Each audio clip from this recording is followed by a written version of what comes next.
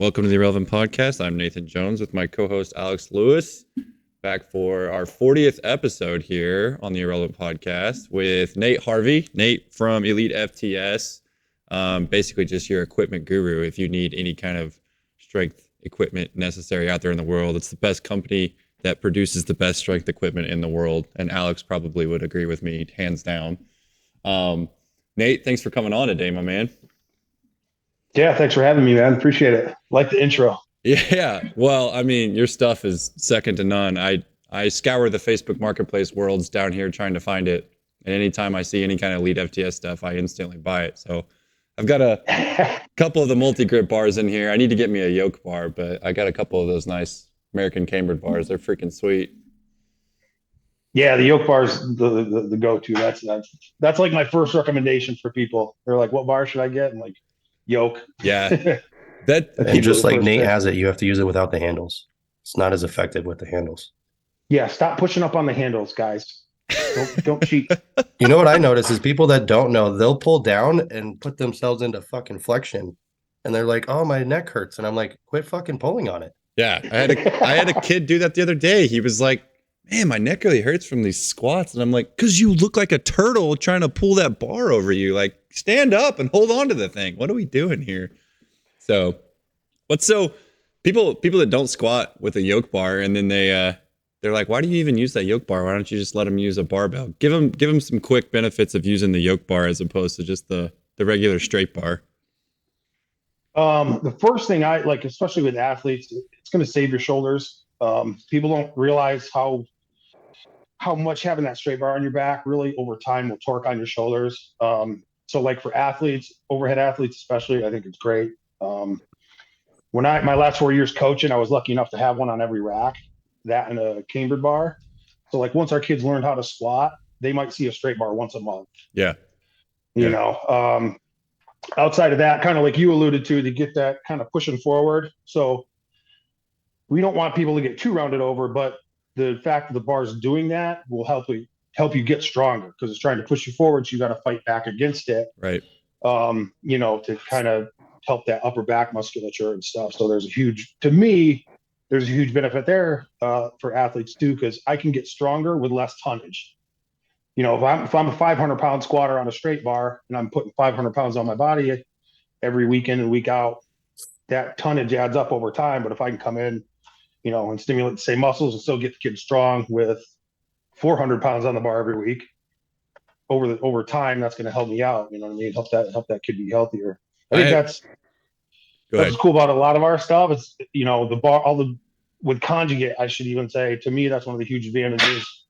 If it's run right, you're going to be healthier longer. Yeah. You know? What would you say to people that I always have kids that are like, I think it's just because it's a comfort thing and they're so used to using the barbell for so long. They're like, barbell's easier to use. And I'm like, well, yeah, I mean, theoretically it would be easier to use, but this is going to make you better overall, kind of like what you're talking about. So what specific, like you said, obviously we know kind of how the bar works and manipulates itself and is kind of in that position to kind of keep that musculature upright. But what are some other benefits that you think besides the shoulder health, why would someone want to buy that bar and put it in like a high school weight room? Like I see a lot of high school weight rooms switching to them, but there's still a lot of traditional just straight bars out there and that's all they do. It's weird. It does tend to pitch you forward, but I've also seen with some longer, kind of lankier athletes, it actually helps them learn how to squat early on. Like I've had luck with basketball players and swimmers with it. And I'm not sure if it's because they can just kind of let it sit. They don't have to think about the upper back tightness and stuff. Right. It just kind of sits on them and they can think about the other mechanics of learning how to squat. I have seen that quite a bit. It's almost easier because there's less for them to think about to learn how to squat. Yeah. And it works great for lunges and reverse lunges and, hopefully not the 1 rep max reverse lunge smash my knee off the back. We can get into that later. Yeah. It's just like super versatile. You can do a ton of stuff with it. Zercher carries, Zercher lunge. I love the reverse lunges, like as an accessory or any kind of lunge variation with the SSB, because kids are so bad with a straight bar trying to do reverse lunges and they're just all over the place. And it's like, okay, well, if I can just put my hands here, they're way better off giving them those kind of lunge variations. So yeah, I like that. So I agree with you. I hate seeing the whole smash the back knee down onto the ground, trying to go for the ego reverse lunge, whatever you want to call it, or the hold on to the handles, load as much as you possibly can with the yoke bars, and I get so tired of seeing that stuff. You don't like Hatfield squats? Is that what you're saying? You're literally calling out Dr. Hatfield right now. No, the reverse lunge ones. The reverse lunge ones. Have you seen people do those? Okay. The reverse lunge. It's still a Hatfield variation. Yeah, but they load like 700, 800 pounds on there, hold on to the handles, and just like bang their knee on the ground when they do the reverse lunge or whatever, and it's just hard to watch. I'm like, they're not the best. Probably Nate, not. do you find that people, speaking of upper back tightness, on that one, I feel like people don't do it at all because it's sitting on their shoulders, right? Like where the barbell, you have to create that platform. Whereas it seems like with the safety bar, if you don't tell them like you still got to pull your shoulders back, they'll just bloop, and then it really turtle shells, right? Yes. Yeah. So if you don't coach them correctly, it will dump them over. We had a wrestler who was, shout out to the mule. Kid was just brute freaking strong. Like I used to pick on him. I'd be like, dude, when you're done wrestling, I'm sending you to fucking West Side because you'll love it. Like he would just train like a maniac, and he would, come in, and the one day he maxed out with it, and his chin was literally, as soon as he went to push up on it, his chin went on literally on his chest, and it was like a 5-second fight for him to come up, and he stood up with it, and he kind of came out like all dizzy and shit, So yeah, if you don't, and at that point, I'm like, dude, you got to lock into your up and down. It doesn't have to be that hard. But yeah, it's gonna pitch you forward. So you gotta let them know what's coming. It'll fold you real quick. Like I've seen some bad videos of people doing seated good mornings with that thing before too. Like I'm like, oh, you better get it locked in if you don't, because I've seen people just squish themselves on seated good mornings. I'm like, you guys are stupid. What are we doing here? Yeah. But I'm surprised. Maybe this happens and we don't hear about it. I'm surprised there hasn't been more like groin or hamstring tears on some of those really heavy ass single leg stuff people are doing. Yeah. With it, like, I don't know, man. Maybe I'm just getting old and I can't handle that stuff anymore. But I watch some of those videos and I'm like, that just, I don't know. Looks like trouble to me. Why is that, Nate? Give the people and tell them why you don't like that so much. Like, why is that such a? Because you see it a lot, especially I see it a lot in baseball populations because it's a specific carryover to the baseball world, and I'm like, it's not. But anyway, what are some of your qualms about it? Well, just like if I have a kid who's a 400-pound squatter, and now I've got 300, or I'm creeping up to 3.5 or whatever, you see some of these guys on one leg. And that's the thing. A lot of those kids doing that movement don't have the ability to load their glute on that exercise, especially that heavy. Right. And what happens, and I hear I'm getting into neurological stuff, and I harp on it all the time, and I kind of make fun of it a little bit because it's overused. But anyway, it's like that kid can't use his glute the way he's supposed to on that movement. And they have, this adductor inner hamstring area that's going to take over. And I think it's probably holding on for dear life during this movement. And I just see that thing grabbing on and cramping up and because that's my bitch about like quarter squats or jump squats too. Most of the kids that do those don't have like the mind to glute connection to actually use their glutes and hamstrings for that movement. So what happens is on those, their psoas grabs on to protect their back, and they start locking up, and it starts pulling on their back, and they end up with back problems because their back gets loaded up because they can't use their glutes. Right. To me, like that single leg 1 rep max, and not to say you couldn't do 1 rep max, but if the kid's a 300-pound squatter, maybe we cut it at 200. Sure. Don't overload it so much, because it just, to me, it seems like something bad's going to happen. I see. All I can think of is like that adductor just. Yeah. I'll play devil's advocate and say you should not do any single leg max effort stuff. Like, what is the point? Like, if you're trying to really maximal put effort into something, the better base you have, the more effort you're going to be able to put through it. So, like, you can go heavy, but I don't get it. I would like single leg stuff seems like good accessory work. Yeah. I agree with you. Yeah, I would agree. Yeah. So Nate, before you were selling equipment, you mentioned you were coaching. You got to coach at Buffalo, right? With Buddy Morris and all that stuff. I got to know, did you get to coach Khalil Mack or no? A little bit. I was so when he came in, I was an assistant with football. So I was there for like his freshman year a little bit. Um, and then from there on, we had a new head football guy come in, and I moved over to Olympic stuff. So I didn't work with him too much. You know what I mean? He was a freak. Yeah. When you say Olympic stuff, is that like throwing and stuff and track, or is it Yeah, like so Olympic like lifting? all sports but football, basically. Anything Gotcha. you'll see in the Olympics. Yeah. Nice. How'd you like Yeah. doing that So for the college? honestly, I liked it. It was a good move for me. Like kind of at that point, all the hype and all the kind of crazy shit that goes into college football now was kind of starting at that point, and it was kind of turned me off to even working with football. And I never got into this to work with football.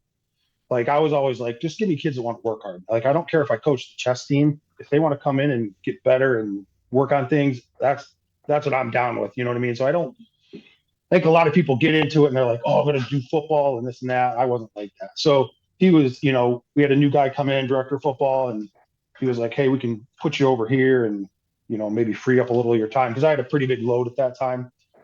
I was like, yeah, man, that's perfectly cool with me, So I went over there and did my thing and didn't have to, I'm kind of old school. Like, let's come in and train and get our shit done. We don't have to celebrate every little thing you do and have the room going crazy and shirts being ripped off and all this.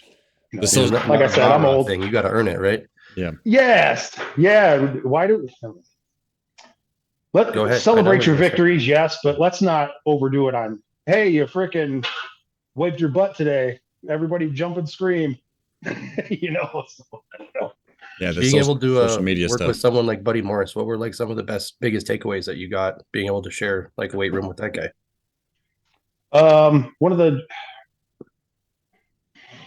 probably the best thing he told me was every set, rep, exercise you put in your program, you need to be able to justify. Like, don't just throw things in because you saw it here or you think it's cool.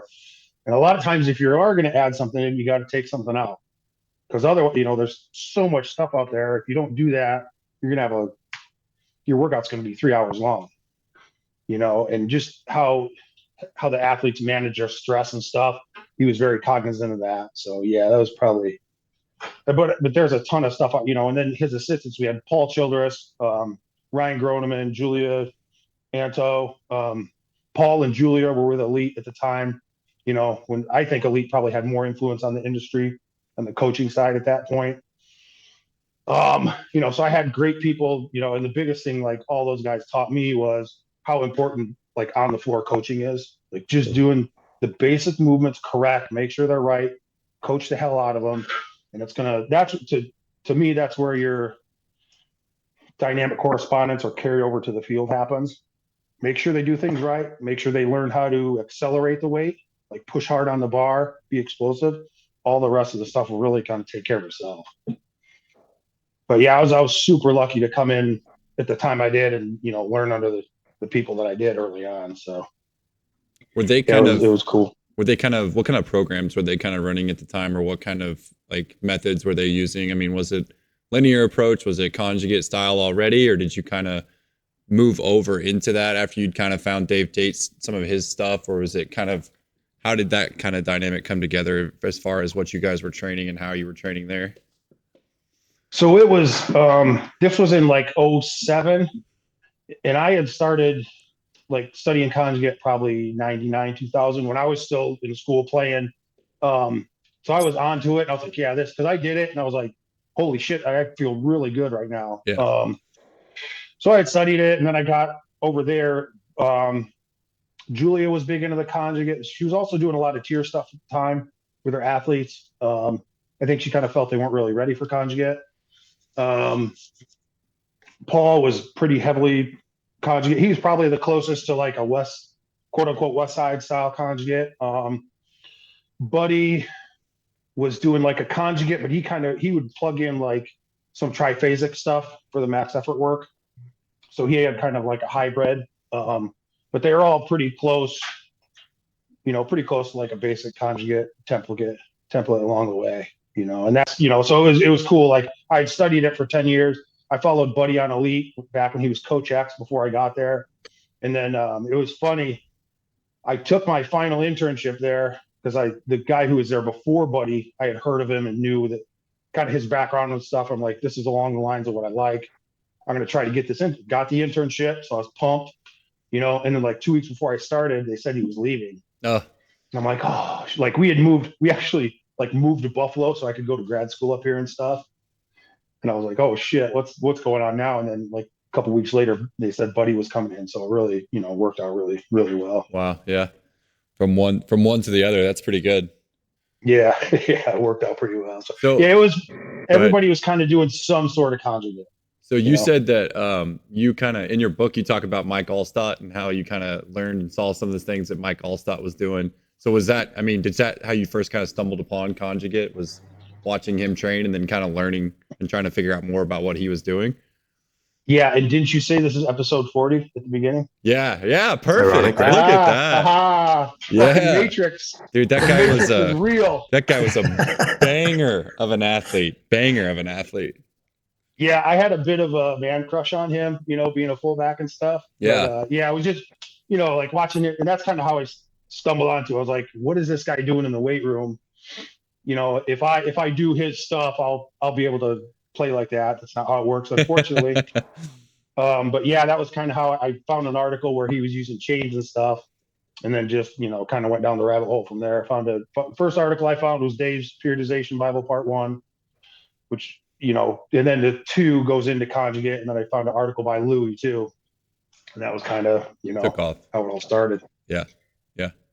When did they kind of give you the reins at Buffalo, or did they just, when did you get to start really incorporating things that you felt you could make changes in, or what did you kind of implement there that they weren't already doing, or where did you feel like you left your mark there kind of at Buffalo? So it's like I started out part-time. I had, I think, 2 teams. I had volleyball and men's soccer maybe. So it was like I came in low-level assistant. They give you a couple teams. They kind of let me do what I want. I was lucky to be under good people. Like I was working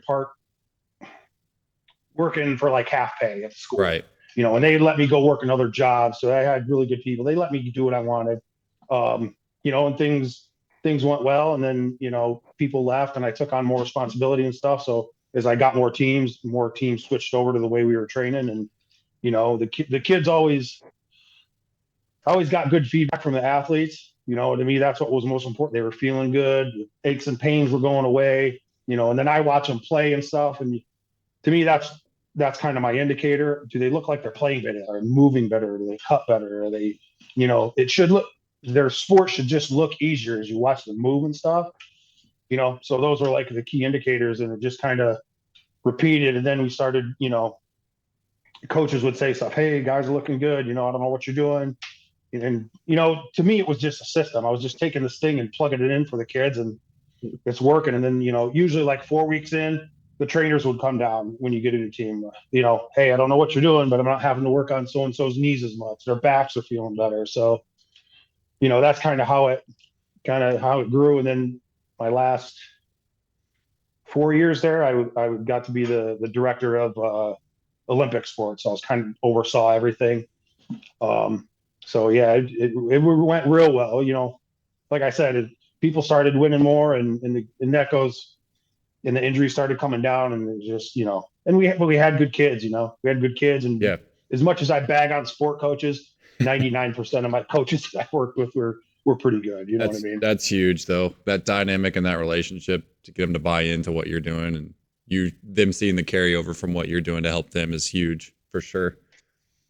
Do you think that there's a good dynamic between strength coaches and like sport coaches in today's society? It seems like there's just a lot of bashing that goes on back and forth. It's like it's either one's blaming the other, or the other's blaming. Do you think that the dynamic has changed a lot since you've been around in that area?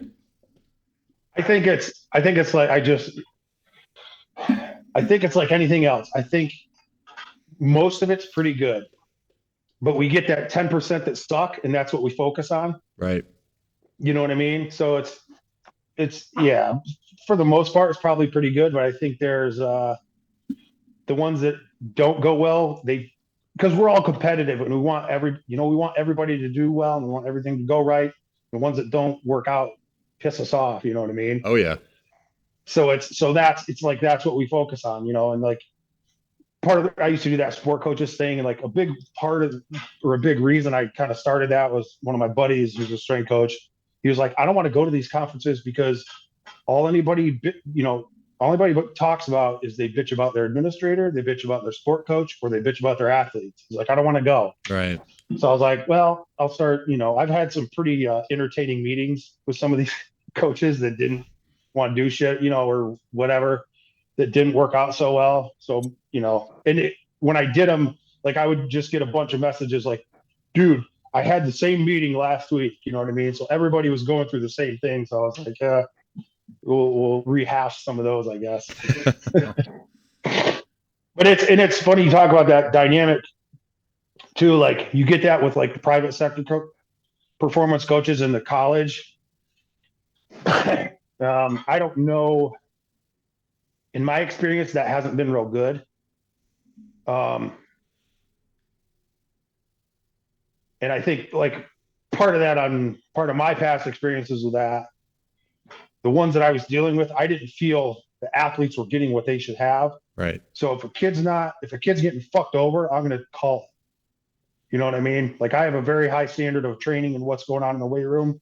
So if I think you're doing too many fucking agilities and all the kids' knees hurt, I'm going to say it. But coming out in the private sector and being out here now, I think there's a lot more quality coaches in the private sector than maybe were in the past or what I heard people talk about. Like I'm seeing a lot of good stuff out in the private sector now that I'm out of the collegiate a little bit. Right. So right. There's a lot of dynamics, you got to work with a lot of people. Yeah. Was it your experience at Buffalo that helped you come up with the ConjugateU stuff, Nate? Is that where you kind of got that idea and started making the book? Yeah. So like, it's probably, I don't know, 4 years before I even started it. We were starting to see a lot of success with a lot of our kids and getting a lot of positive feedback. I was like, we should just put a manual together of the stuff we're doing, kind of put it out. And because at that point, I was starting to go out and speak a little bit too. And I came back like the first week and I told my assistant, I'm like, dude, like a lot of people don't have this basic information that we kind of are taking for granted because we were around some really good people early on. I'm like, a lot of people don't know this stuff. So I was just trying to get some information out, you know what I mean? And then I didn't get renewed or I got fired or whatever. And that kind of lit a fire under my ass. I'm like, all right, like it's time to get this fucking thing done. Let's stop messing around with this and get it done and get it out there for people to kind of check out. So that's kind of how, I'd been thinking about it for a long time, and then I was like, all right, let's put this together and get it out there. So that's kind of how it all came together. And then was it because of the ConjugateU book that you were able to go into doing stuff like the Waverly Project, like you talked about last year at the seminar? Because it sounds like that kind of grew into maybe something like that. Is that what happened? Yeah. So, and the coaches at Waverly had their weight room set up with us before I had got there a few years ago. And their head football coach, he had been a follower of Elite for a long time, and then I got on with Elite, started doing articles and stuff a couple years before that. And he had read some of the stuff and he's like, this is a little more, he kind of drifted away from the conjugate stuff. And I think things weren't going great for them. And he's like, let's get back to kind of what I know and what I'm familiar with. And yeah, that's kind of really, how that went. And then kind of after I wrote the book, I have a little bit of a teaching background. I was like, teachers and coaches could use this for like a manual, like going down through all the movement cues and stuff. A lot of times in phys ed now, you're supposed to do written tests or whatever for your kids. Like all you got to do is go in there and pull out the coaching cues for each movement that you teach them. Like you can do 5 movements in a unit, and your coaching cues can be your test for the kids. They have to pick the right answer, and it can also be like your performance rubric oh, when they squat, their knees open up, their butt goes back, those type of things. So yeah, it was kind of later on. I was like, we could get this out as like a system, and like my overall goal with that is to just help more people have better coaching, because I didn't have it in high school. Right. I had to go read Muscle and Fitness, and not that those things are bad, but try to put together stuff with all that and try to come up with something. So I'm trying to get out and try to help more people. So yeah, that's kind of how that all went. We actually, no, talk too soon, but I think we might have one here in Buffalo that kind of be doing the same thing. So that's nice. good. Nice. Would that be Yeah, the yeah. second one of those that you've had then? Is Waverly still the only one that you've been able to do that with through EliteFTS? Yeah, yep. Yep. So Why don't you, I'm sure I probably should have had you explain, like, what is the Waverly Project? Because when you talked about it last year, I was very fascinated. I thought that was like a super cool idea that not only can you help outfit these places with the correct equipment to get them to have better results, you can actually come in and give them a system to follow and get them to actually understand how it works and stuff like that. yeah, so it was like when I first started with Elite, I told Matt, who offered me the job, he's like, we might have a spot opening. Like, I was out of coaching for a couple months at this point, had no idea what the fuck I was going to do. He goes, we might have a spot opening up. Would you be interested? And without hesitation, I was like, fuck yeah. And then I go, well, wait, what is it? He goes, well, I want to bring on another sales guy. And I'm like, dude, I'm not a salesman. I'm totally in, but I don't know, dude. Like, I might need a little help. And he goes, don't worry about it. Just come in, whatever.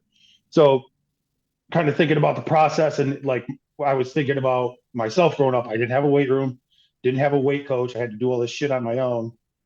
I was like, it would be really cool to help schools out, get good equipment, that the kids get excited about. They see their logos on, they come in, you know what I mean? Like, so we can get them excited about, and then also like just with Elite's background and stuff, maybe we can get a program going where because when I was coming up in high school, bigger, faster, stronger was the big thing, which, is a good base level program and stuff. But I used to see all their articles and I was like, why aren't, like, yeah, they come in and show the lifts and stuff, but if we're going to help these kids, they have to have better coaching. And it's really not the coaches' fault in the high schools. They really don't have like the resources, Right. So I'm like, if we can, like, how can we help more people? So if we can go in and coach the coaches how to coach, they'll know what to do in the weight room, and their kids will understand things, and their performance will go up, and we'll get all these things going on. So, that was kind of how that all started. I was like, if we can, I can use this equipment stuff to get in and help coaches do a better job, we're going to help more athletes. So that was kind of my thought process behind the whole thing. That's brilliant. Now, how long have you been doing the Waverly Project? Has it been long enough that you've seen like someone go from freshman year to senior year following the system and see what kind of progress they make? No, I think this year we'll have that. Okay. So we haven't quite, it hasn't quite been 4 years. Okay. Nice. Yeah. Have you seen it grow over time? Have you had more kids like that want to get interested into that at that specific school from before you were able to help them? It's hard to tell if we have like Waverly has a pretty good culture and a good football history. So like, most of it's a good situation. It's not like they had nobody coming in the weight room. Like they have a pretty good tradition, and the kids do a pretty good job. And, like we had a group of, 8th graders who are now sophomores. And I remember seeing them when they were 8th graders, they'd come in as a separate group after school, and they were coaching each other on how to do the lifts and stuff. And I told their coach, I was like, this group of kids is going to be pretty good, right? Like, because I could see them coaching each other and stuff. And he's like, yeah, they're a really good group. They're competitive. You know what I mean? So they'll be juniors next year. So those kids that's kind of what you see there for the most part. You could always do a better job. You could always have more kids in. You could always have kids pushing harder. But the culture there is pretty good. The coaches are all on board. And that's what's made it work, is the coaches listen to what I say, and they actually train themselves too. Hint, hint, coaches, you should train. So they understand when a kid's knees are collapsing or they look like dog shit, or they know how to kind of coach the kid up and fix them. So that's kind of how the whole system's set up. Like I'll come in and coach the coaches for a week or a couple of days or whatever it is, and then I'm out for a month. I write the programs while I'm not there, but the coaches have to implement everything. And then when I come back next month, we kind of reassess where they're at, and then we go for the next 4 weeks. And that's how I like. Right from the start, I knew this would work. Before I started it, I kind of questioned would it work or not, because I'm a big believer of the strength coach being in there and helping the kids and how important the coaching is in the weight room. But once we went for a month or two, I'm like, this will work because these guys are coaching the kids, because you go in and you see the kids are technically pretty sound.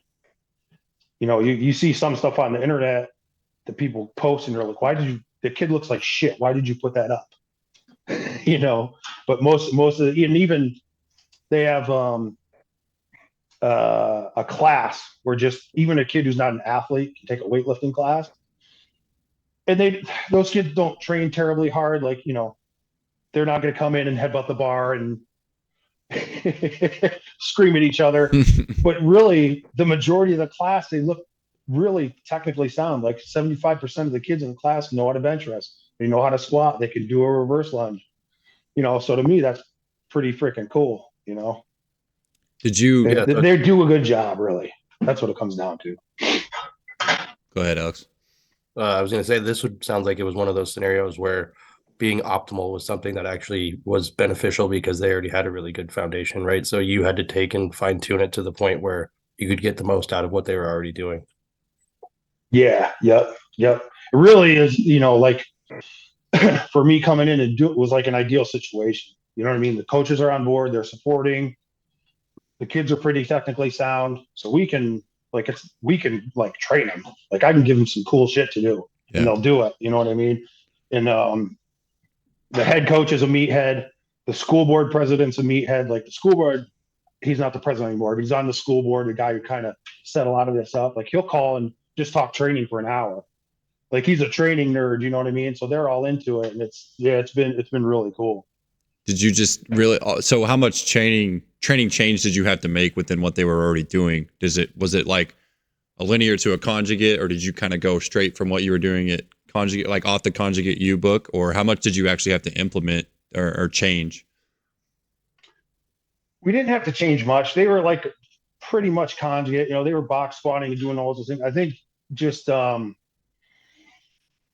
a little more structure, and then like some of the like fine tuning some of the coaching really helped them. Gotcha. You know what I mean? Yep. So we didn't have to change a ton of stuff. Nice. They were somewhat familiar with a lot of it, so it was an easy transition. That's a dream scenario. That's pretty cool. Yeah, dude. It's funny. Like I grew up in a really small town. I loved football from probably 6th grade. That was my thing. We didn't have a lot of resources. Like my junior year, when I showed up for football practice, we had 11 guys show up. So coach sent us home. He said, go drive around and get your friends to come play football. Bring a friend. So or 7. I had to we're bribing people. You That's know what I'm awesome. God. So the first time I went down to Waverly, they were doing like not practices, but like summer workouts.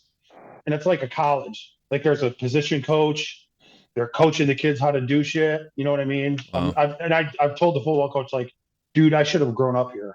Yeah. You know what I'm saying? Like this would have been my freaking dream. But yeah, it's Ohio sports are a little different. Texas, Ohio, Florida. Yep. It's a little different out there. That's what I grew up with. No weight room. I didn't touch a weight until I got to college. So, I mean, the whole small town experience, I totally understand the lack of resource thing. I didn't know what a barbell was until I got to college, hardly. So, right. I totally get that. What do you think is it more programming that's missing with a lot of those high schoolers, like high school programs, like high school football programs, or is it just the football coach is trying to do too much, or the sport coach is trying to do too much, and they kind of just lackadaisically throw a program out there? What do you think's missing from like a good high school program? Is it just they need to hire someone or hire a strength coach? What do you think's the missing link at a lot of these schools that don't get it? I think they do need to hire somebody. I think they're doing their best. Yeah. But they just don't just like I don't know what offense this school should run. Right. You know what I mean? I don't know. Depending on their personnel and the kids they have, I have no idea. And I played football. You know what I mean? That's all I did. Like, that's all I cared about in high school. I played college, Division III. But that was my thing. I don't know what fucking blocking scheme they should do. So it's the same thing. Like, they're a football coach. They just hand it over to somebody so there's less on your plate. Yeah. I think it would just free them up as a coach more too. Like, hey, I don't have to worry and stress about what we're doing in the weight room. I can focus and prepare on my team or the opponent. I just think it frees people up more to take less off their. But most football coaches want to take more on. It seems like they're like, just give me the weight room. I want to do that too. So I don't know if it's a control thing or a pride thing or definitely ego based. Yeah, or it's just a mixture of both. Like, Nate, do you think with these college coaches, like most recently the Michigan one, getting actually paid for what they do and shining a light on how important they are, that'll have like a trickle down effect, hopefully, in those either smaller schools in college or like even high school? I hope so. It should. But I don't know. I think it'll take so long. There's so many smaller colleges and stuff, that I think it's going to take forever to kind of trickle down, but I wish it would. You know what I mean? It's the value and the money, like a good strength coach can save an athletic department, is there's that a was lot the of money headline I that they saw could with save. the Michigan one. They're Yeah. like, this guy keeps our whole team together. Like, That's what yeah, Harbaugh we're going to said. give him $1 million a year. Yep. So he's the most important Seriously, piece. just drop in the bucket. Yep. Most important piece. So. Oh yeah, that's like I learned about Nick Saban since he's been at Alabama. The amount he's increased enrollment is something like 13,000 students a year or something like that. So the $10 million or whatever a year they give him is like fucking nothing compared to the hundreds of millions they're making. Yeah. Like, ooh, that's a good point. It's too bad. It's you see it everywhere with everything. It's short-sightedness. Mhm. You know what I mean? They see, oh, we got to, like you said, Nick Saban, $10 million. Yeah, but if we pay him $10 million, university's going to make 5 times that. Well, 5 when times they that brought profit. Dion to Boulder, they gave him $30 million for a year. One weekend, the city itself grossed $30 million because of him.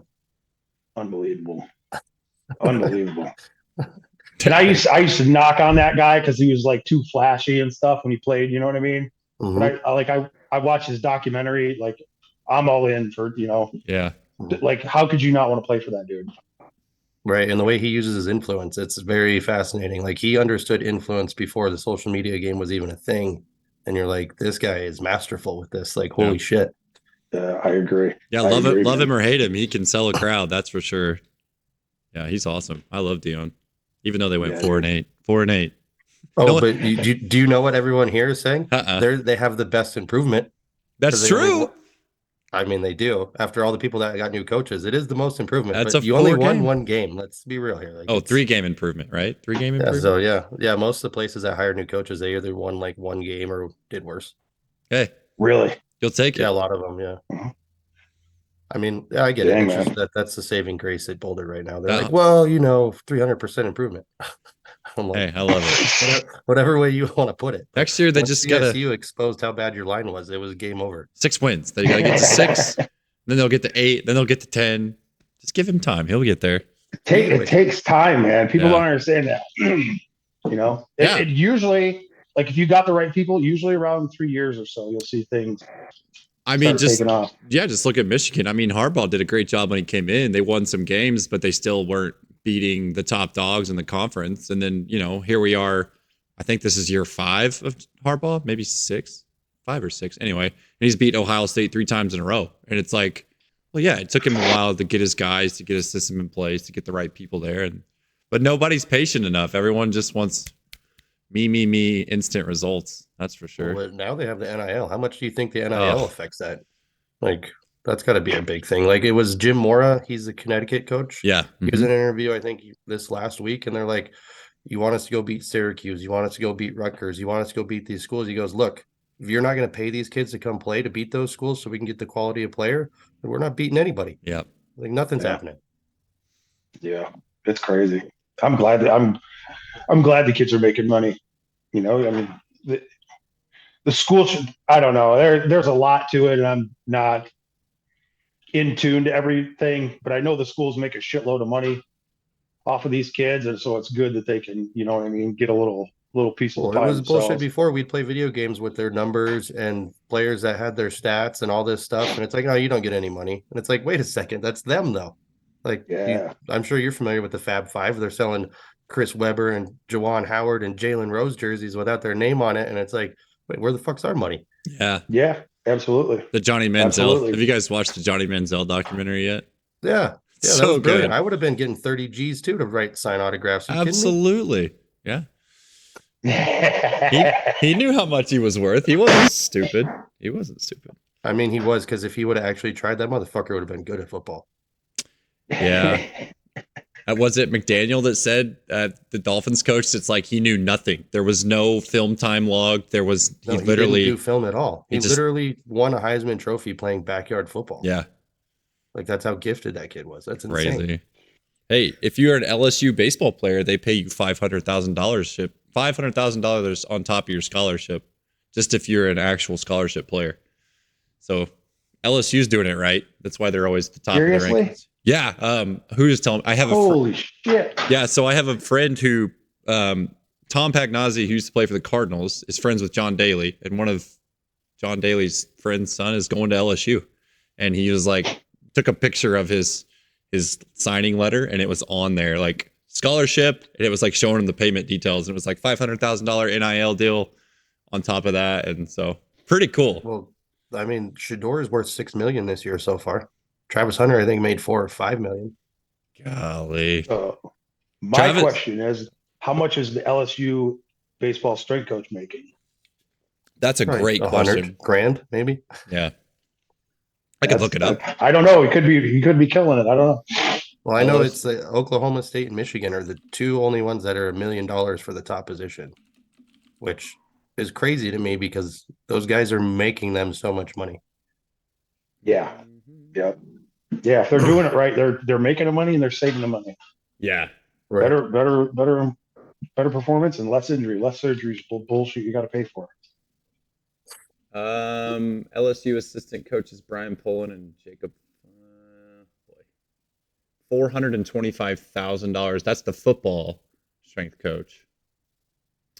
Also, oh no, that's one of the assistants. His is $625,000. So I would say, yeah, the baseball coach is less important. He does pretty well. Probably 250, I would say, ish. I don't know.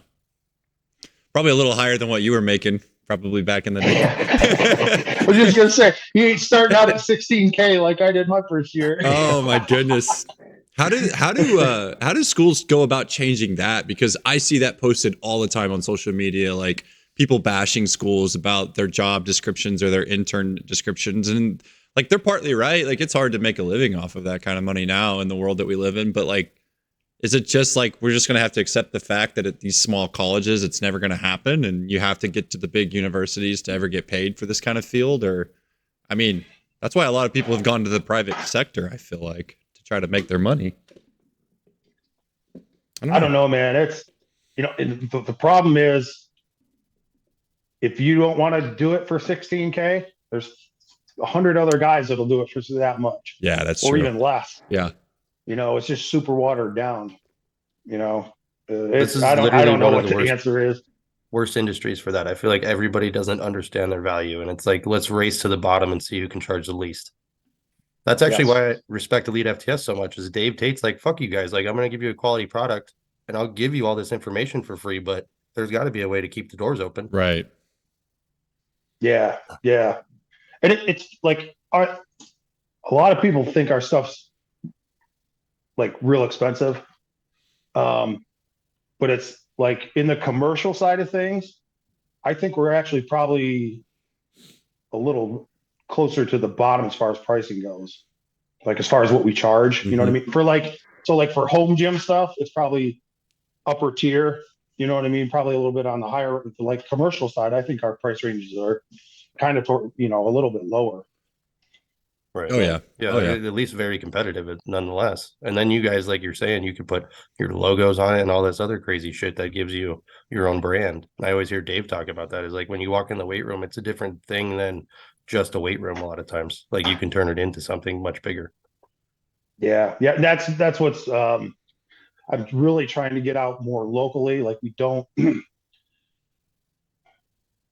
I don't want to talk bad about any competitors, but like in my area, like people don't understand. Like you go to a lot of weight rooms and you don't see a lot of the customization and stuff. Yeah.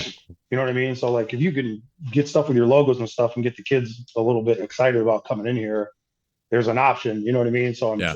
we're starting to hit a couple local schools and stuff. So it's I'm pretty excited about it. But you know, I'm trying to get better stuff out there just locally. Feel like New York's a little bit behind the times in this stuff. So trying Yeah, to that's and the probably true, coaching, right? you know what I mean? Trying to get us up to speed. I'd call it the Oregon effect. They do it to the best out of any school. Like here, we're going to give you guys 95 different uniforms, and those kids love it, which makes no sense to me. But Oh fuck it, if man. you play better, who cares? That's when I was a kid, I was like always the biggest question, like if Alabama and Oregon offered you a scholarship, where would you go? Would you go to Alabama or would you go to Oregon? Because like Oregon had all the sweet stuff, and I was like, I go to Oregon, I think, because it's so cool to play for Oregon. I feel like, and they were good at the time. I mean, they were like a national competitor at the time, but I mean, then they got smacked by all the SEC schools when they got to the bowl games. But it was like their stuff is so cool, like what you're talking about. You're always like, what's Oregon's gonna come out with? What's Oregon gonna come out with? You know, so I totally get that. Yeah, they were the first. Like they had like the barber shop in their new facility, all this Yeah, crazy shit.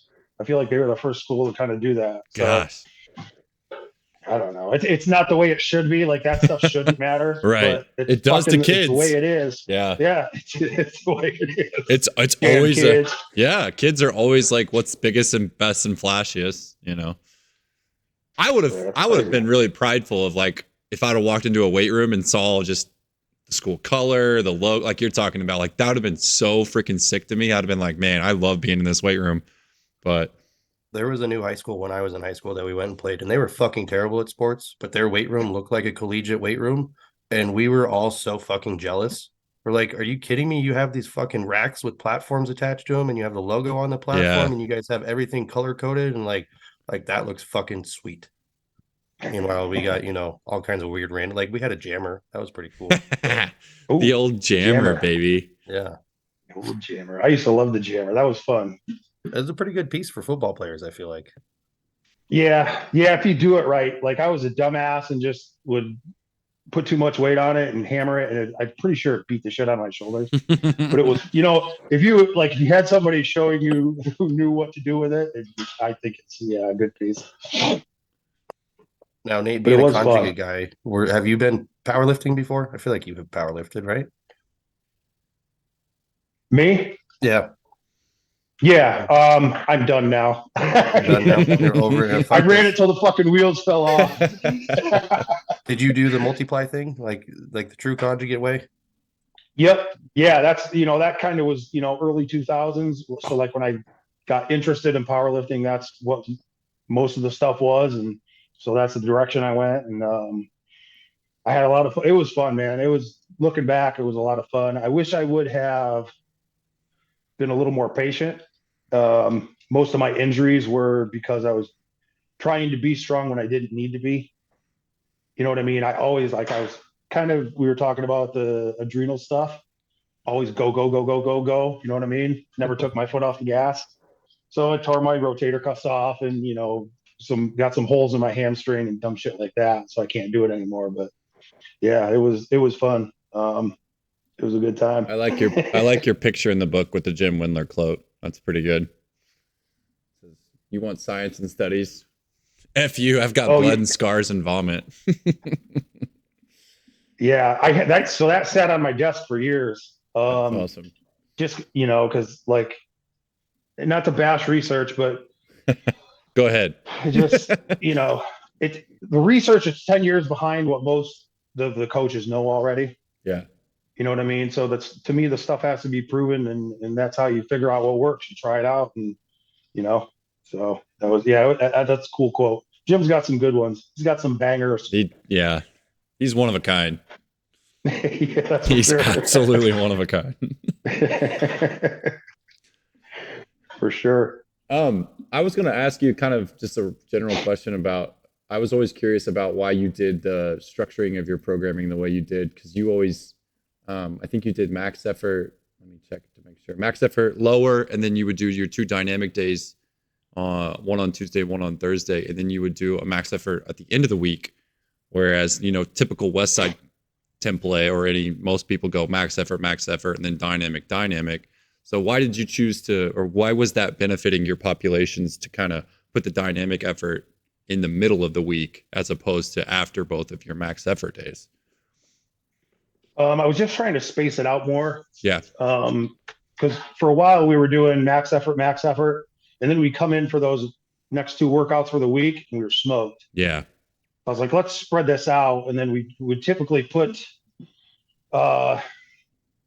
max effort lower on Friday. Okay.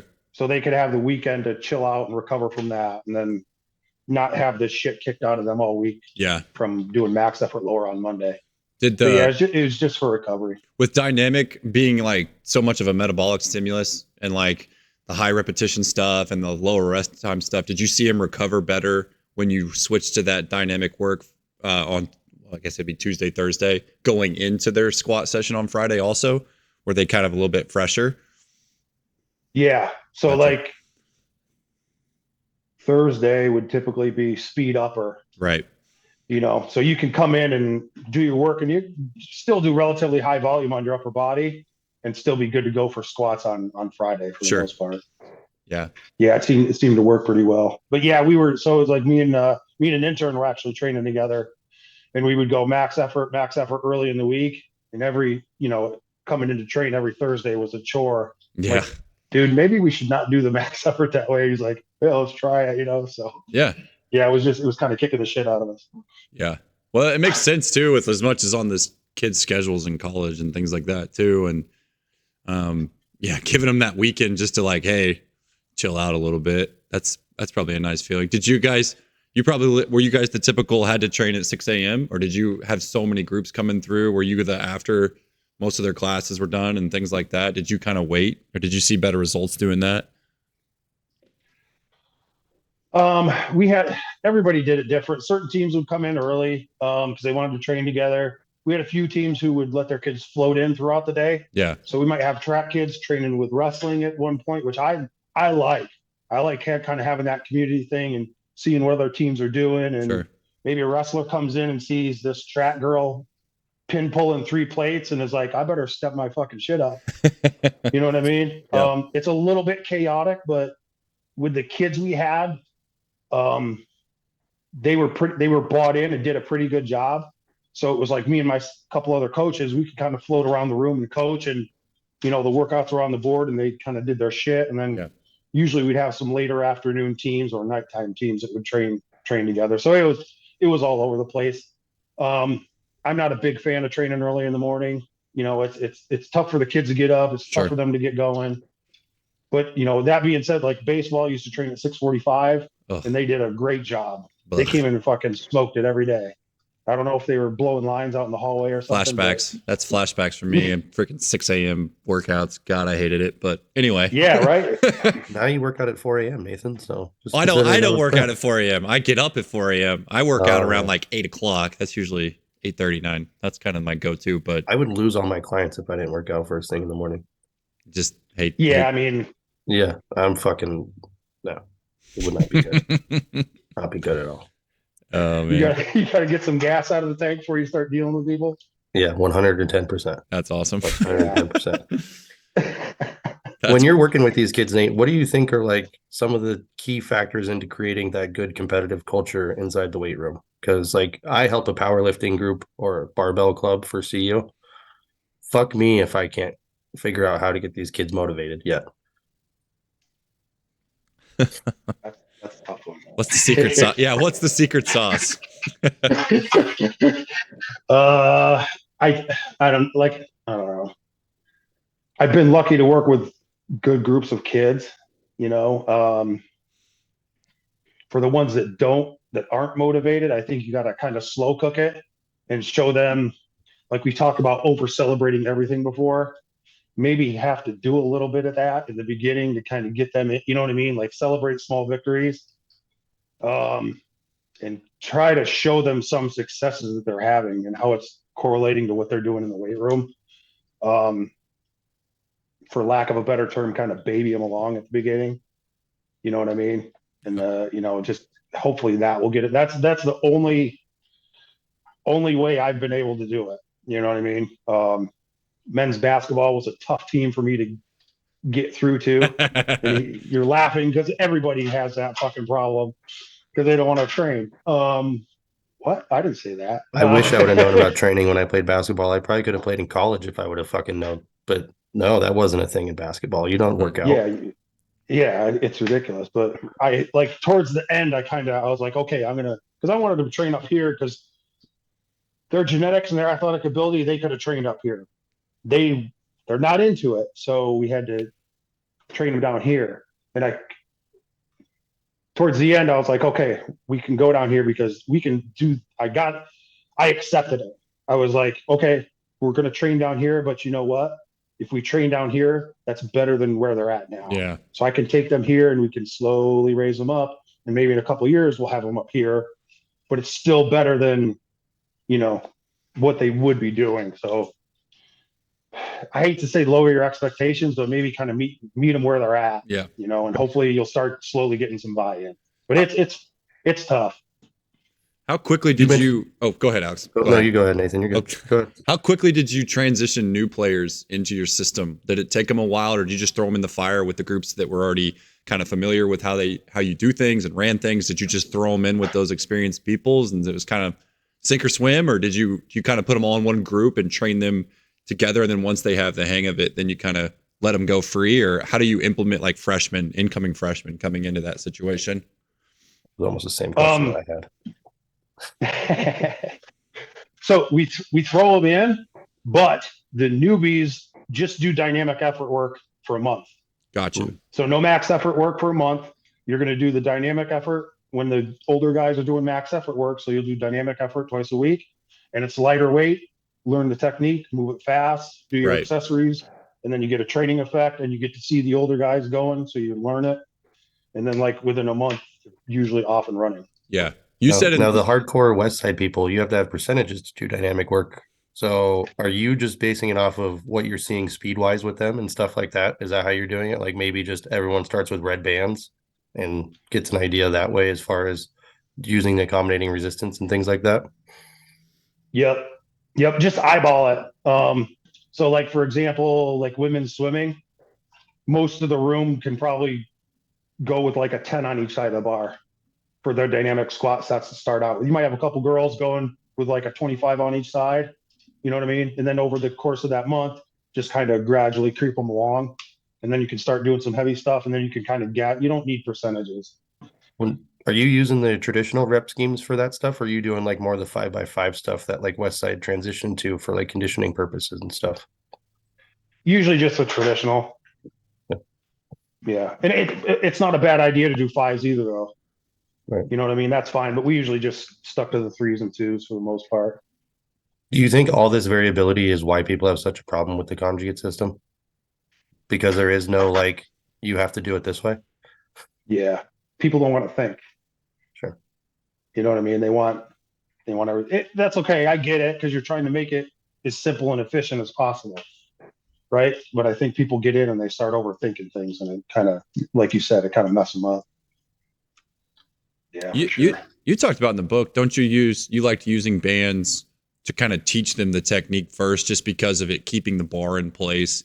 I think that was in your book. I think I remember reading about how you used bands early on, kind of like what you were saying with the dynamic work, but it was more for technique building more than anything, to get them into those right positions before you ever went on to that max effort work. Is that kind of why you use the dynamic effort that way? Yeah. So like once they're usually after like week 1, we'll put some accommodating resistance on. You just have to scale it to their strength level. Right. Because to me, it teaches them to accelerate the bar, which is one of your big things you want them to learn. You know what I mean? So if they're technically okay, I think you can put it on early on in their training. Right. Yeah. But what about all the boo birds that say that bands don't make you any faster? Keep doing that shit, and then we'll kick your ass when we play you. I don't care. Right. Well, and how many times do you think when people mess with those bands, they don't get like Louis was big on this, right? You got to relax and let the band push you down so you can come up faster. Like if you're fighting it all the way down, yeah, you're not going to get any faster that way. Yeah, it's like anything else. You got to do it right, And you may have to, like I said, scale it back a little bit. I remember the first time I did bands with a track team. We had a really strong girl who should have been on average bands.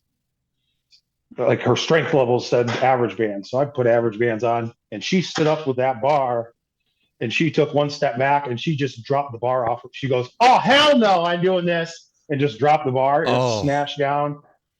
I almost blew a gasket. Like got really pissed off. Jeez. I went over in the corner and calmed myself down, and it could, because it was such a shock to her. You know what I mean? Like she thought it was going to be empty bar, and it's 150 pounds of tension jerking her out of the rack, and she was just like, So you gotta. I did that to even some if they're older ready guys. for big bands, they might not be. Yeah. I did that to some older guys on a max effort day. I was like, well, we'll just put, what are the rogue black ones? I think those are the average bands, be what they are. And the first guy unracked it, and he sat on the box, and it fucking dumped him over the back. I was like, yeah, you got to brace. Like, what are you doing? You can't relax. Bracing's really important. First time. Like, he was laughing. He thought it was hilarious, but I was just like, holy shit. Because like I had him unrack it with no weight and just the bands. So I'm like, let's try the bands, see how they feel. And it yanked him down and pulled him back. And I was like, oh, oopsies. Your light sets like your heavy sets. Yeah. That was the same thing that happened to me the first time I did West Side Blues with the squat. I had a box and it just ripped me to the box, and I was like, oh, like I just laughed because I'm sitting there on the box like, oh, good God. And luckily, like it was really obviously not a lot of weight, but it was like, holy cow, those things will steal your soul if you're not careful. Yeah, man, that's why excuse me.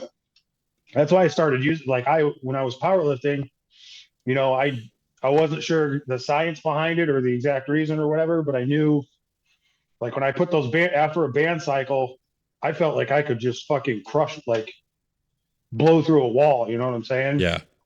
So I was like, this has to work for kids too. We'll just scale it down. What level of proficiency do you think athletes should be like at, or like what are your kind of some of your KPIs do you think that people should be at to start implementing bands or chains? Because some people implement them really early and they just get them going on it right away. Some people kind of wait and they have certain metrics they want to get them to before they start throwing on the bands. Like, what would you say to someone that wants to implement bands and chains, and like when or how they should start implementing them? Just like make sure they're technically sound, make sure they can sit on the box without smashing down and crushing the box and rolling their back over. Make sure their knees are staying back, they're not shooting their knees way out over their toes. Like if you go look in the book, like all the little coaching cues, if the kid can do most of those and look pretty good squatting, then go ahead and throw the bands and chains on. Send it. Here we go. Yeah. Send it. Let's go. Do you like to progress them with like chains first and then bands, because the chains is more natural for like especially raw lifting, for an example? Yeah. Usually we would put chains on first, and then wait a couple months before we got the bands on them. Yeah. Were you a big proponent of reverse banding stuff as well, or no? The kids were. Baseball guys love reverse band day. Love it. Yes. Not a ton. And honestly, not to say because it's bad, it's kind of a pain in the ass to set up. Mm-hmm. Sure. You know what I mean? And then to me, it can kind of go too far. Like you're giving the kid too much extra weight if you don't have it set up right. You know what I mean? I was a bigger fan of the accommodating resistance. I took Donnie Thompson's squat cycle, because previous to this, we weren't doing a lot of accommodating resistance on max effort day. but I ran his squat cycle and it really helped me. Then we tried it with our throwers. It seemed to really help them. So like kind of later on, my last couple of years, we were doing a lot more accommodating resistance on their max effort stuff, which seemed to help. So that was something that kind of helped the kids out. I think having to push all the way through and maybe getting the extra stimulus of more weight up top maybe helped them learn how to push harder. But I their was going to jumps and say I stuff messed all with still. it this year, and that seems to be a huge game changer. Like the stress is not as high, and then when your nervous system is still feeling that tension at the top of the same amount of weight, now all of a sudden when you drop down to straight weight, like it's not as big of a deal. Like I noticed when I went into prep for my meet, I did a bunch of accommodating resistance on max efforts. Then I switched to straight weight getting ready for the meet. And it was like the first cycle, my knees weren't very happy because I squat like an Olympic lifter. So like at the bottom, they were a little pissed off. But then after that first one, and I knew the weight was going to be there again, it was just everything moved faster. Yes. Yep. Yep. And you're taking stress off your body in your most vulnerable positions. Right. For like maybe not what you want for a power lifter, or you can go too far with that. But for athletes, to me that makes total sense. In your book, sorry, you talk about squatting above parallel for athletes. So, like Westside, they use a traditional like 12-inch box, or they go really deep with their squat. Why did you kind of leave it at like parallel, and why do you think that athletes needed to just squat to that parallel level as opposed to maybe get into a deeper position with their box squat? Because I think like a parallel squat is good enough for them. Not to say you don't do some low box or some deeper knee flexion stuff every once in a while, but to kind of keep the stresses and stuff off their body, I think parallels, it's kind of been the standard, I'm not a fan of quarter squats because I don't think you get enough tissue length. And I'm not a fucking scientist who cut out muscle bellies and studied this, but like, to me, you have to have a certain amount of glute lengthening to get the maximal contraction coming back the other way. So like, to me, like the quarter squats, and I understand that you probably, in a lot of your sporting stuff, you only go to the quarter squat position. Yeah, I get that. But I think if we're trying to stimulate tissue, getting somewhere in the ballpark of parallel is probably most of the time best for your kids. Okay.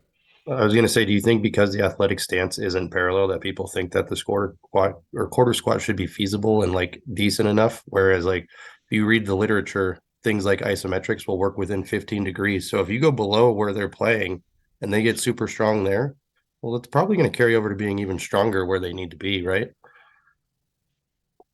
Yeah. Why not? Like, sure. Okay. Let's assume that I do play in a quarter squat position most of the time. What happens when you go deeper than that? Right. You're going to be fucked if you never train that. Screwed. Yeah. Did you guys exclusively use the box, or did you free squat your guys very often, or your athletes very often? I mean, was it just the box, a lot of free squats? I mean, what did you guys typically stick with? Almost all box. Just it was simpler. They don't need to go to a meet and free squat. So it was, unless a sport coach wanted to or kind of demanded a free squat, then we really didn't mess with it. The stress, like I like what you said, it just keeps the stress off their body too, especially with how much they're being asked to do year round as athletes in their sport. You need to got to keep them on the field. So I do like that aspect of the box for sure, as long as they're doing it correctly, not slamming on it like you see a lot of wonderful box squat videos. Yeah.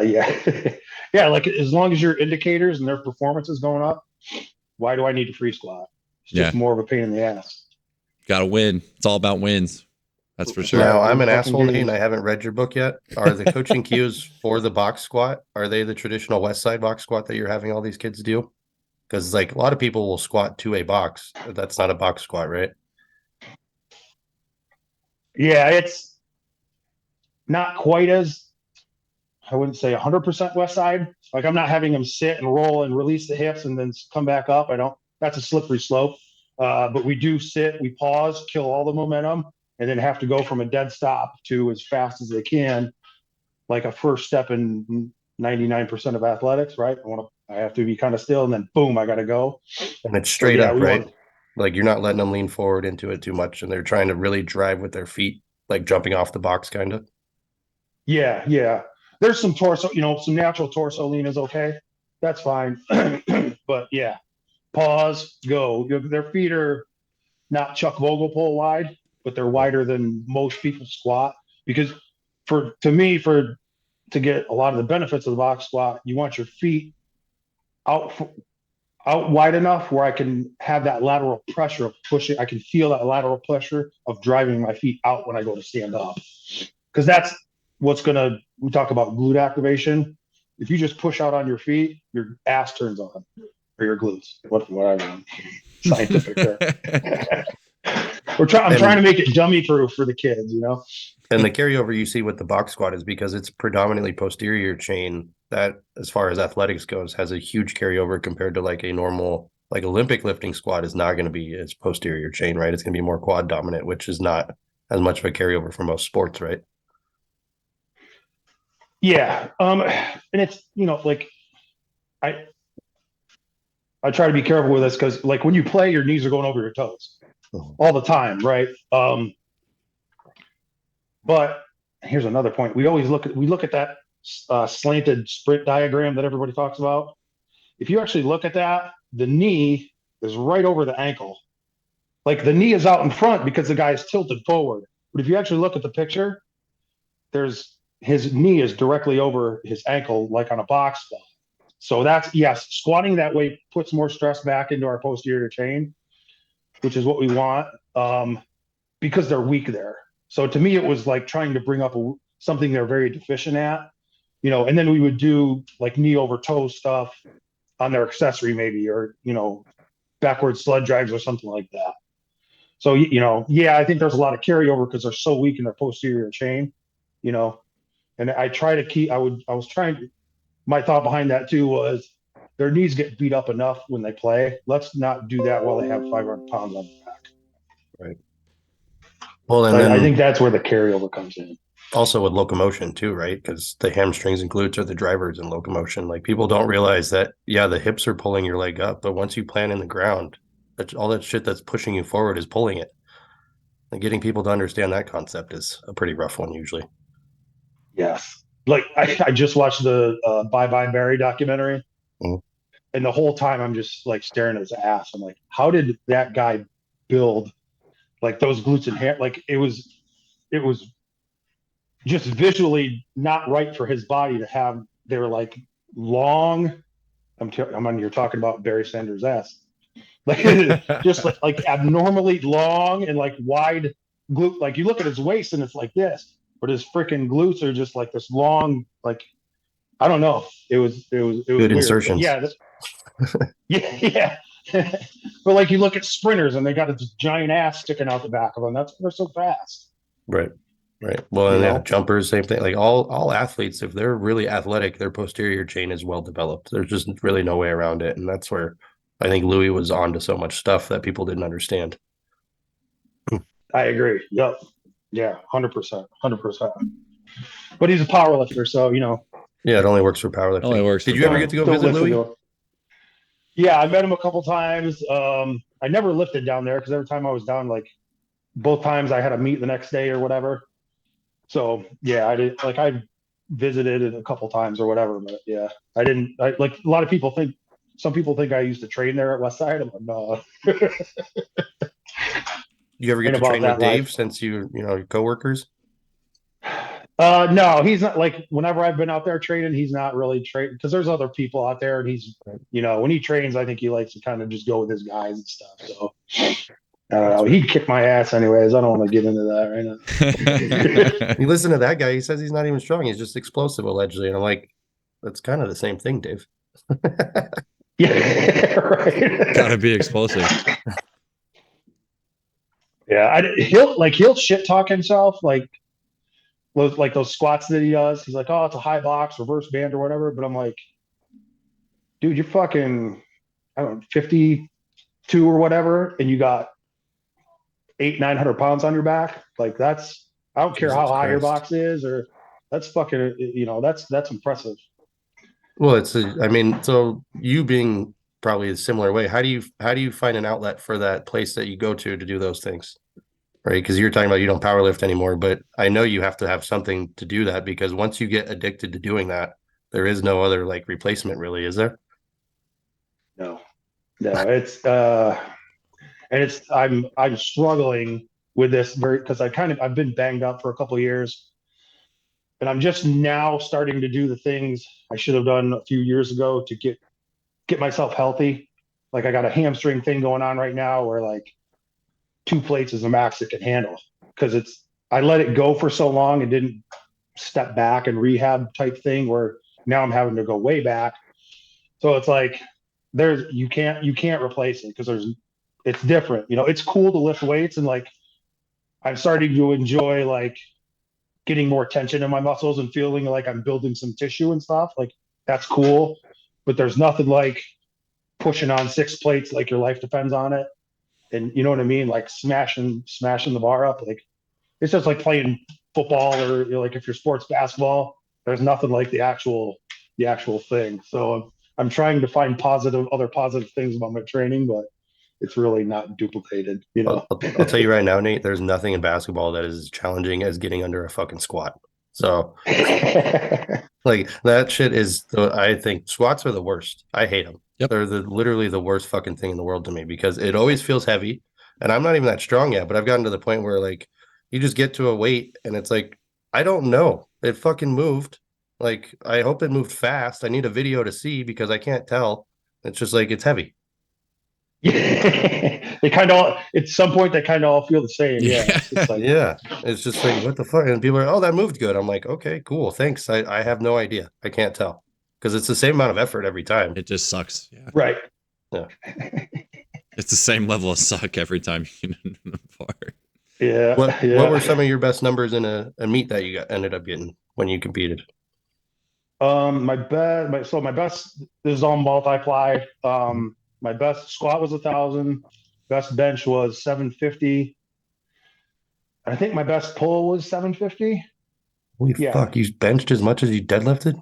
Jesus Christ. Yeah. I actually fucking, so I benched 800 in the gym going into one meet off of one board, but 750 is the best I ever gotten to meet. And I had an 800-pound deadlift past my knees twice, and my hand opened up on both of those.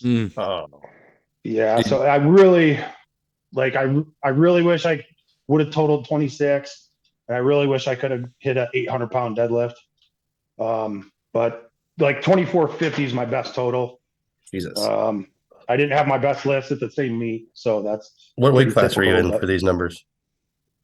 I was a light 308, so I was usually around like 295 or so.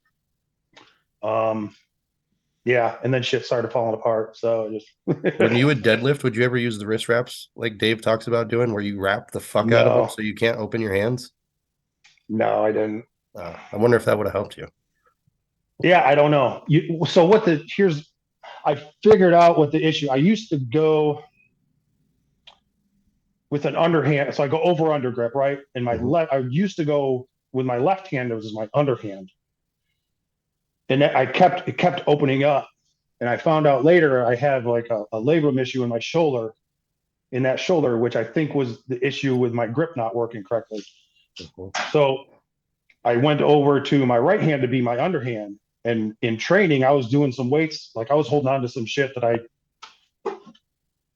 could hang on to 800. Like I was doing some big numbers on the reverse band and stuff. But what happened then, I tore my right supraspinatus off. And then in the same week, so I couldn't squat with a torn supraspinatus. Like we were benching and it went pop, pop, pop. I didn't really know exactly what happened, but I knew something happened. I knew I couldn't squat. So next workout, we're doing deadlifts against bands.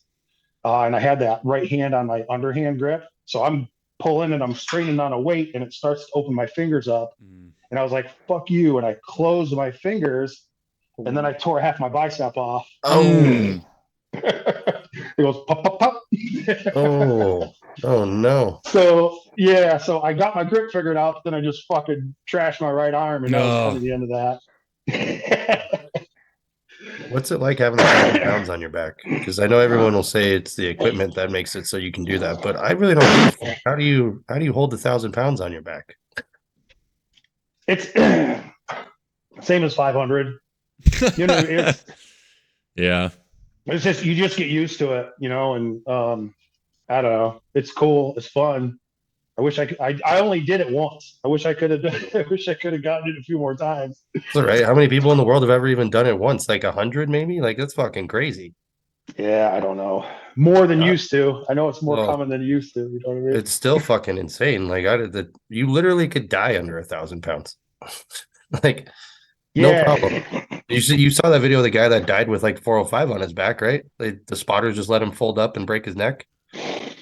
I didn't see Crazy. that, I don't think. Yeah. What the heck? You haven't seen that, Nathan, over in the Middle East? I don't want to see that. Nope. It I'm looks good. like nothing happened. He rolled it off the front of his head and then it fucking killed him.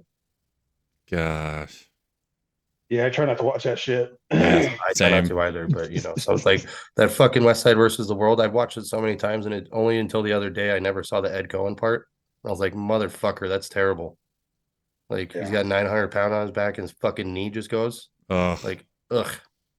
Or like, Yep. I'm sure everyone's seen the Franco Colombo World's Strongest Man fridge run. That thing's disgusting. I don't think I've seen that actually. You've never seen that, Nathan? I don't think I want to. The way you're talking. Man, back in the 70s, bodybuilders were fucking athletes. They weren't just bodybuilders. And Franco Colombo's running with a fridge on his back, and he just snaps his fucking tibia. Oh. Mm. Yeah. Gosh. Yeah. I watched. I was watching. I think in high school on World's Strongest Man, they were doing arm wrestling, and the dude's arm snapped. Mm-hmm. And I'm like, I'm not arm wrestling anybody. Yeah, that's I was like a bigger nasty. guy in high school. Oh. Yeah, fuck that. Nope. No thanks. Yeah, I have a friend that does that competitively at a pretty high level, and I'm like, you're a psycho. No thanks. Probably doesn't train very well for it either.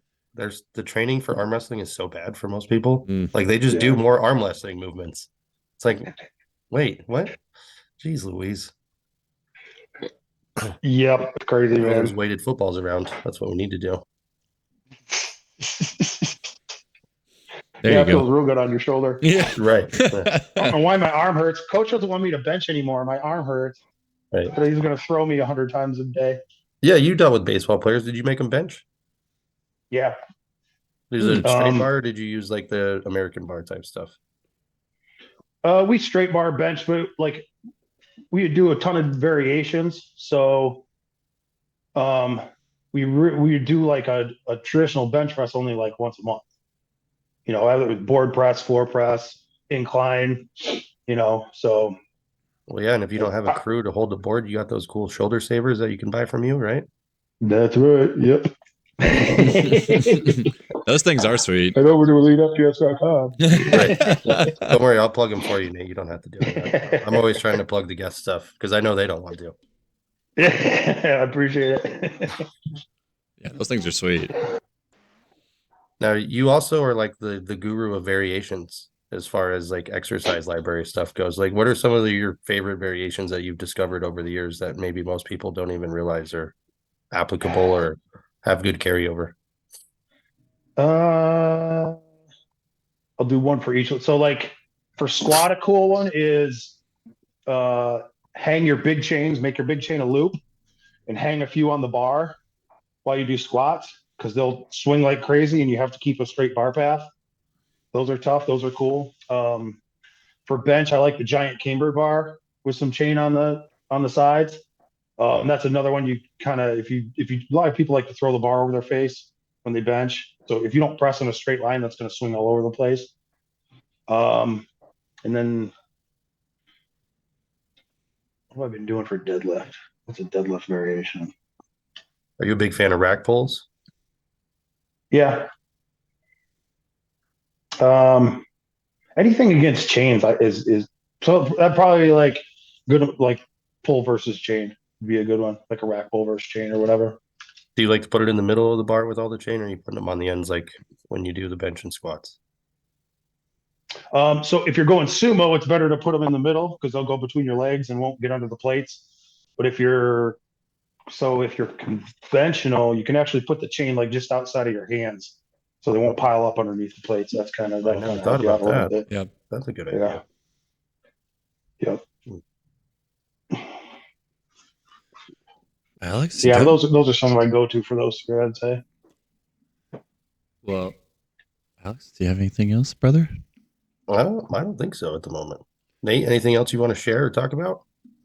Anything we didn't cover? I don't think so. Actually, I gotta get my daughter to her game, so Fair that's enough. kind of good. We're running out of gas, I guess. Perfect time. I mean, the universe works in mysterious ways, right? Episode 40, we're just fucking crushing it over here. And, you know, All anyone stop, who wants baby. to buy Elite FTS stuff, especially if you want a sweet custom rack like Nate has in the background here, give Nate a call. He'll hook it up. We'll put the link. We'll put the Elite FTS link in the description. We'll put Nate's contact info on there for you too. Yeah, and read ConjugateU, even though I haven't. If you are a coach, yes, if you are a coach in the private sector or especially in the high school setting, go read ConjugateU. It will spark tremendous amount of ideas in your brain. So go check that out. Nate, we appreciate you coming on today. We appreciate your time, man. We really do. Yeah, thank you. I appreciate you guys having me, man. It was fun. Wish we could talk a little longer, but I got dad bus duties. I'm doing some online training stuff too. So if people are looking for that, that's been going pretty well. So sweet. Lifters, athletes, weekend warriors, you know, all those guys have got you covered. You know what I like about that, Nate? You're the only other person outside of me that guarantees anything as far as your coaching goes. And people think I'm crazy. They're like, you guarantee? I'm like, yeah. Like, I'm going to work way harder, and they'll probably work way harder. So it's fine. Absolutely. Heck yeah. Yep. If I don't do my job, here, you know, it's on me. Yeah.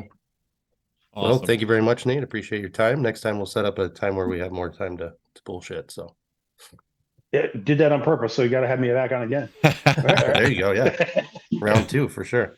Yes. All right. Cool, man. I appreciate you guys. Yep. Yes. Thank you very much, Nate. Have a good one.